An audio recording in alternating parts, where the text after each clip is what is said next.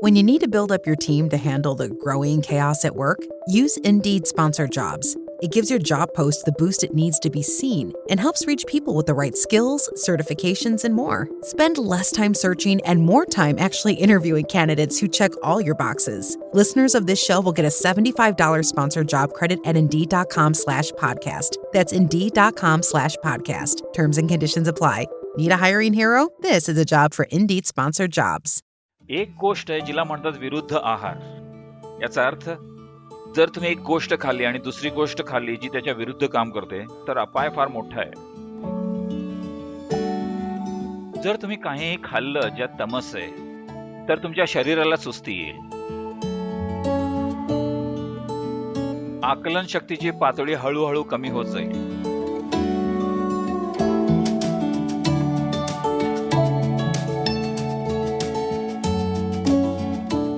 सद्गुरू, तुमच्या मते मानसिक विकारांचे मूळ कारण काय आहे? जर तुम्ही एकमेव कारण विचारत असाल, अनेकही असू शकतात.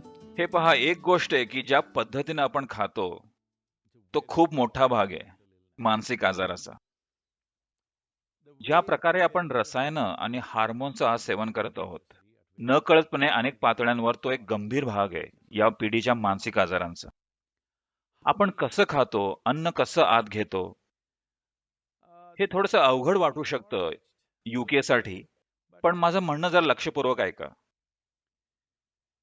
आम्ही आयुष्याकडे असं पाहतो, एक व्यक्ती म्हणून तुम्ही जे कोणी आहात, तुम्ही जे आहात ते आहात कारण तुम्हाला मिळालेले पालक, ज्या शाळेत तुम्ही शिकलात, जे शिक्षण तुम्ही घेतलं, आता ज्या प्रकारचे अनुभव तुम्हाला आयुष्यात आलेत, यामुळेच तुम्ही अशा प्रकारची व्यक्ती बनलात, नाही का? हे अशा अनेक गोष्टींमुळे.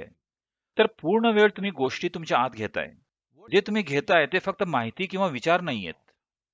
जीवन अनेक स्तरांवर गोष्टी ग्रहण करतं, ऊर्जेच्या पातळीवर ग्रहण करतं. म्हणून भारतात आम्ही पाहतो की कुठेही जर तुम्हाला काही ग्रहण करायचं असेल तर पहिली गोष्ट म्हणजे तुम्ही मांडी घालून बसा. ठीक आहे, सध्या मी तसाच बसलोय. ते कदाचित तुम्हाला दिसत नसेल, पण पहिली गोष्ट म्हणजे की मांडी घालून बसा. कारण आपल्याला आपल्या शरीराच्या खालच्या भागाकडून स्वीकारायचं नाहीये. आपल्याला स्वीकारायचंय काही सकारात्मक, म्हणजे आपल्याला शरीराच्या वरच्या भागातून स्वीकारायचंय. म्हणून जर तुम्ही अशा ठिकाणी गेलात जिथं आपल्याला वाटतं की तिथं प्रखर ऊर्जा आहे, पहिली गोष्ट म्हणजे आपण मांडी घालतो आणि आपल्या हाताचे तळवे वर घालून बसतो. कारण आपल्याला स्वीकारायचं आहे अशा आयामातून, जे बरं का यौगिक शरीर विज्ञानात हे असं आहे, यामध्ये 112 चक्र आहेत. 114 पण प्रत्यक्षात 112 मनुष्याच्या शरीरात. या 112 पैकी त्यात 7 प्रकार आहेत. प्रत्येक प्रकाराचे 16 आहेत. हे 7 साधारणपणे आज जगात ओळखले जातात चक्र म्हणून. तर पहिले 3 हे उदरनिर्वाह संबंधित आणि मधलं एक हा दोन्हींचा संगम दर्शवतो. इथपासून वर, अनाहत पासून वर जीवनाची ज्ञानवर्धक प्रक्रिया आहे. म्हणून त्या दृष्टीनं तुम्हाला काही गोष्टी विशिष्ट मार्गाने ग्रहण करणं महत्वाचं आहे. अन्न हे ग्रहण करण्याची अत्यंत मूलभूत पातळी मानली जाते. आपण अन्न कसं घेतो, आपण काय खातो हे खूप महत्वाचं आहे. आज आपण काय स्वीकारत आहोत? आजकाल तुम्ही पाहताय की समाज जसजसा अधिकाधिक समृद्ध होतोय तसे ते खराब अन्न खाऊ लागलेत. भारतातला ग्रामीण माणूस ज्याला स्पर्श करणार नाही, अतिशय अत्याधुनिक शहरं त्या प्रकारचं अन्न खातायत. जेव्हा मी त्या प्रकारचं अन्न म्हणतो, जवळपास काही जे पाश्चात्य समाज आज खातोय ते कमीत कमी 30 ते 60 दिवस शिळं अन्न आहे. योगामध्ये अन्नाचं याप्रमाणे वर्गीकरण केलं जातं. सत्व, रजस आणि तमस. तमस म्हणजे जडत्व. जर तुम्ही काहीही खाल्लं ज्यात तमस आहे तर जडत्व येईल तुमच्या शरीरात. जडत्व म्हणजे असं नाही की तुम्ही फक्त आळशी बनाल. जडत्व म्हणजे काही गोष्टींचा वेग कमी होतो. काही गोष्टी म्हणजे मुळात शरीर यंत्रणेचं पुनरुज्जीवन मंदावतं. Regeneration of the system slows down. आज तुम्हाला माहिती आहे की मज्जासंस्थेचं पुनरुज्जीवन हा एक अतिशय महत्वाचा पैलू आहे तुमचा मेंदू आयुष्यभर कार्यक्षम ठेवण्यासाठी. Functional throughout your life. जर तुम्ही असं अन्न खाताय जे तामसी आहे किंवा जे जडत्व निर्माण करतं तुमच्या शरीर यंत्रणेच्या सामान्य कार्यामध्ये, तुमच्या ऊर्जा प्रक्रियेमध्ये, मग तुम्ही पाहाल की आकलन शक्तीची पातळी कालांतराने हळूहळू कमी होत जाईल. कारण प्रत्येकाला हे कळतंय. म्हणूनच ते एकावर एक कोका कोला किंवा कॉफी किंवा दारू किंवा दुसरं काहीतरी पितायत. कारण त्यांना माहिती आहे की त्यांना ते संतुलित करणं गरजेचं आहे. तर या प्रकारचा संतुलन हा खूप निकृष्ट मार्ग आहे तुमची शरीर यंत्रणा संतुलित करण्याचा. की तुम्ही चुकीच्या गोष्टी खाताय आणि मग तुम्ही त्या योग्य गोष्टींनी दुरुस्त करण्याचा प्रयत्न करताय. जगातील सर्वात जास्त अँटासिड्स, जगातील जवळपास 60% अँटासिड्स अमेरिकेत विकल्या जातात. सर्वात समृद्ध समाज या धर्तीवरचा. याचा अर्थ त्यांच्याकडे अनेक पर्याय आहेत पोषणासाठी. ते उत्तम अन्न खाऊ शकतात, पण नाही, ते सगळ्यात खराब अन्न खातील. कारण उद्योजक ठरवतील तुम्ही काय खायचं ते.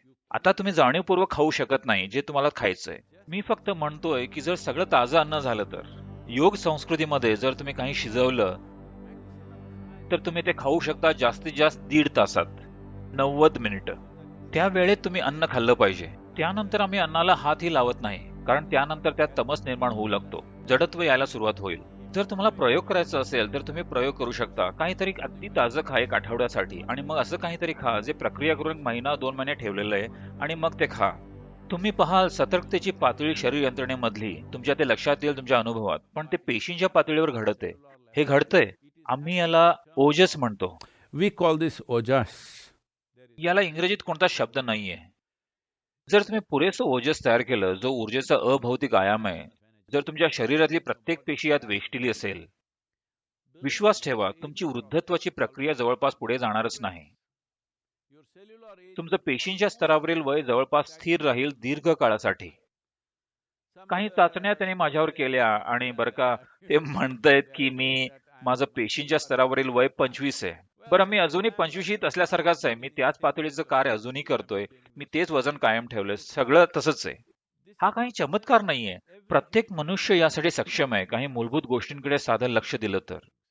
अन्नाच्या बाबतीत आणखी सांगायचं म्हणजे एक गोष्ट आहे ज्याला म्हणतात विरुद्ध आहार. याचा अर्थ, जर तुम्ही एक गोष्ट खाल्ली आणि दुसरी अशी गोष्ट खाल्ली जी त्याच्या विरुद्ध काम करते, मग तुमच्या शरीरात युद्ध सुरू होतं. तुम्हाला माहिती आहे की पचन प्रक्रिया ही मोठ्या प्रमाणात होते ऍसिड आणि अल्कलाइन्स आणि या सर्व गोष्टींमुळे. उदाहरणार्थ, तुम्ही मांस खाता ज्यात चरबी असते. जर तुम्ही तेवढंच खाल्लं तर त्यामुळे तेवढं नुकसान होणार नाही. पण जर तुम्ही ते खाल्लं भात आणि तुपासोबत, ज्याला तुम्ही बिर्याणी म्हणता, आणि तुम्ही ते खाल्लं, आता होणारे नुकसान हे प्रचंड असेल. कारण या 2 गोष्टी एकत्र चांगल्या नाहीत. म्हणूनच कोणतेही मांसाहारी अन्न आणि दूध आणि दुधाचे पदार्थ कधीही मिसळले जात नाही. कारण ज्या क्षणी तुम्ही ते मिसळता, ते एकमेकांच्या विरुद्ध जातील आणि तुम्ही तुमच्यातच एक लढाई निर्माण कराल. योग विज्ञानानुसार अन्न तुमच्या पोटात 2.5 तासांपेक्षा जास्त वेळ राहायला नको. 2.5 तासांमध्ये ते निघून गेलं असावं, आणि तुमचं पोट तुम्हाला रिकामं वाटलं पाहिजे. भूक लागणार नाही, पोट रिकामं वाटेल, आणि ते चांगलं आहे. And that is good. आपल्याला आपलं पोट नेहमी रिकामं असायला हवंय, कारण रिकाम्या पोटी सर्व काही चांगलं काम करतं. आणि मलाशयाचं आरोग्य ही अशी गोष्ट आहे जी आज पूर्णपणे दुर्लक्षित आहे. जर तुम्ही तुमचं मलाशय स्वच्छ ठेवलं नाही तर तुमचं मन संतुलित ठेवणं फार अवघड जाईल. तर आयुर्वेद आणि सिद्ध वैद्यमध्ये पहिली गोष्ट, जर तुम्ही काही बोललात, म्हणजे तुम्हाला रात्री झोप येत नाही, तुम्हाला काहीतरी त्रास होतोय, सौम्य कोणत्याही प्रकारच्या मानसिक समस्या, पहिली गोष्ट शुद्धीकरण आहे. शरीर यंत्रणा शुद्ध करा, मलाशय साफ करा. अचानक तुम्हाला थोडं संतुलित वाटतं. म्हणून योग केंद्रात दिवस सुरू होतो कडुलिंब आणि हळदीच्या अगदी छोट्याशा गोळीनं.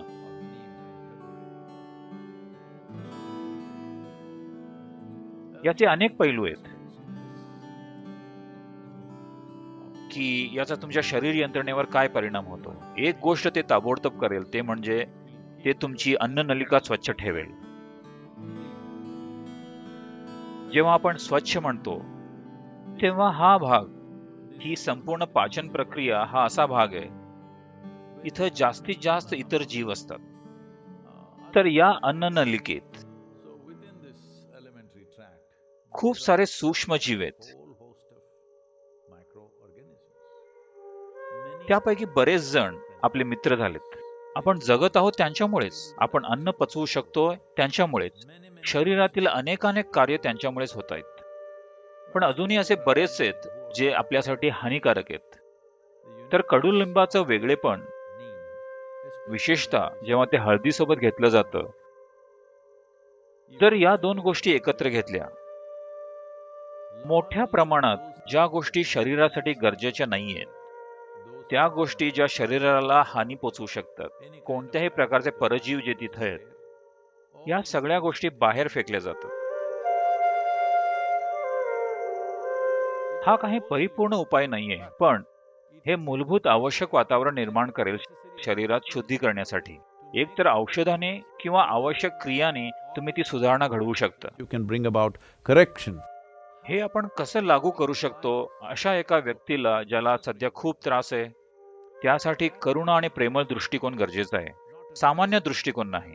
माझा मार्ग किंवा तुमचा मार्ग ही खूप चुकीची पद्धत आहे याला हाताळण्याची, की हा एकमेव मार्ग आहे हे करण्याचा. कारण मनुष्य तसे नसतात. एक उचित कृती जास्तीत जास्त योग्य काय असू शकतं?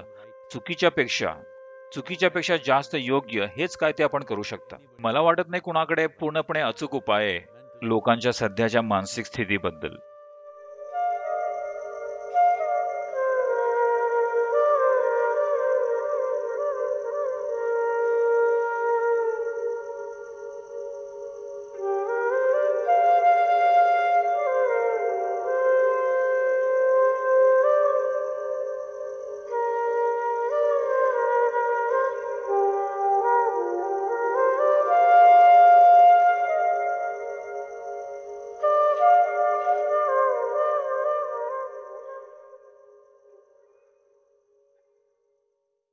Struggling with weight loss?